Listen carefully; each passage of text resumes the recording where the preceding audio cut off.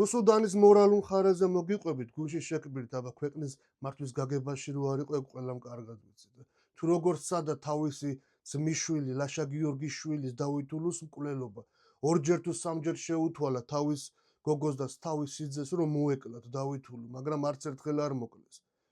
რატომ უნდა და მისი მკვლელობა უნდა და რომ დავით ნარინი გამეფებულიყო თავისი შვილი და მას კონკურენტი არ ჰყოლოდა. მაგრამ თავისმა გოგომ თამარმა იგივე გურჯინ ხათუნმა და სიძემ ყიასედინმა ყოველთვის უარი შემოუთვალეს და ბოლოს რა გააკეთა? ყიასედინს წერს ესეთ წერილს, რომ თამარიო იგივე გურჯი ხათუნი, იმიტომ არ აკლავს დავითულისო მაგასთან იწვაო. და წევს ხოლმე და გაგიჟდა ეს რუმის სულთანი ყიასედინი, არადა გიჟდებოდა თამარზე.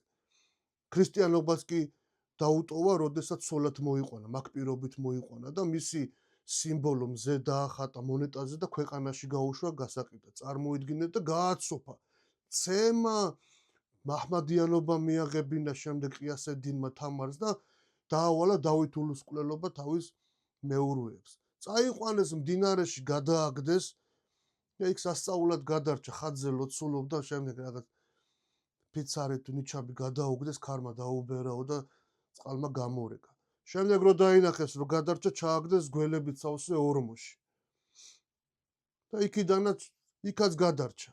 ნუ ეს ლეგენდა არის და შემდეგში მოგიყვებით თუ დაგაინტერესებთ. და რა დროს მოიკითხეს ახლა ქართველებმა დავითულო, როდესაც უკვე დავით ნარინი იმყოფებოდა მონღოლეთში და უკან აღარ ბრუნდებოდა საქართველო, იყო მეფის გარეშე და თავადები ჩავიდნენ რომის სასულთნოში და მოიკითხეს დავითულო და აღმოაჩინეს, რომ ცოცხალი არის. ესე გადაურჩა დავითულო სიკვდილს.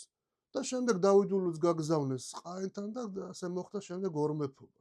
ეხლა თქვენ ათქვით, ეხლა რუსუდანი როგორი ადამიანი იყო.